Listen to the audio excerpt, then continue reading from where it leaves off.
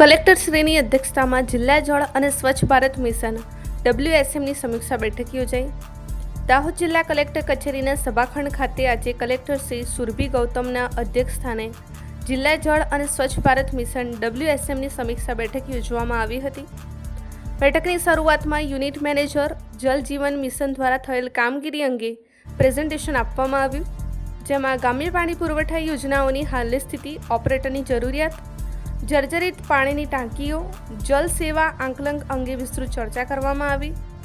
આ સાથે જિલ્લા ગ્રામ વિકાસ એજન્સી દ્વારા સ્વચ્છ ભારત મિશન હેઠળ સિટીઝન એપ્લિકેશન મારફતે મળેલ વ્યક્તિગત શૌચાલયની અરજીઓના આંકડા, ચાલુ વર્ષમાં મંજૂર કરવામાં આવેલ કામો અને થયેલ ખર્ચ અંગેની વિગતોની રજૂ કરવામાં આવી છે।